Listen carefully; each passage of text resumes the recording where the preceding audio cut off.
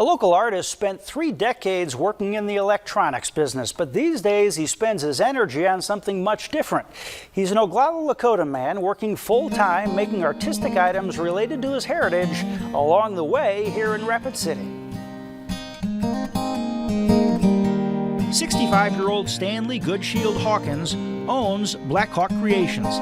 It's been a full-time business for about 8 years. He was at a point where he didn't want to work for anybody else, and this gives him that freedom. He leases studio space at the Racing Magpie in downtown Rapid City. Most of my high-end stuff seems to go to doctors and lawyers and then put it up on their wall, you know. In his shop, you'll see everything from handmade jewelry to men's and women's breastplates. This is a buffalo breastplate he made. It's not only beautiful, but there's a story that goes with it. Okay, the ribs were given to me.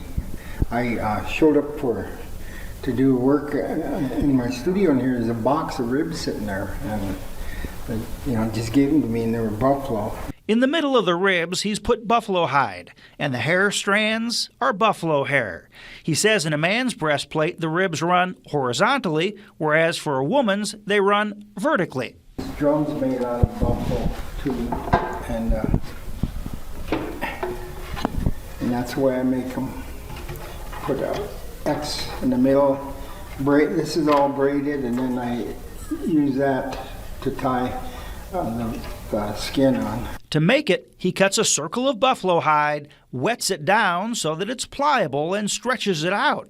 He says while it's drying, they say it's finding its voice. I was taught a little different than how to do this, but I wanted to develop my own style. So, and this one doesn't have as deep a tone as the ones I usually like.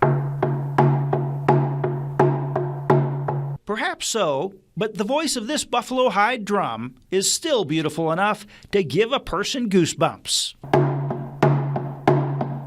This is a shield. It's a smaller one. A lot of the dancers have smaller ones. The warriors, they carry the big shield, and it's concave. Either do concave or the other way.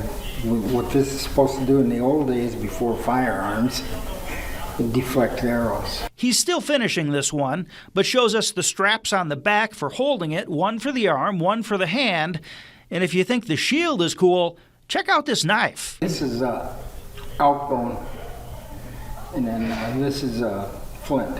And how about this fan? Turkey feathers, rabbit skin, and then deer hide. He says he knows there may be other people out there who know more about what he's doing than he does, but you can tell he loves what he's doing. He recently received a grant from the First Peoples Fund meant to help artists become entrepreneurs and support them as they pursue their goals. He had a stroke a couple of years ago. He's disabled, but clearly still going strong, creating art that reflects the voice of his heritage.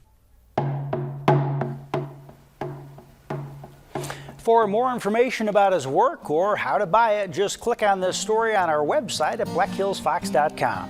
If you've met someone cool along the way, please call or email us to let us know.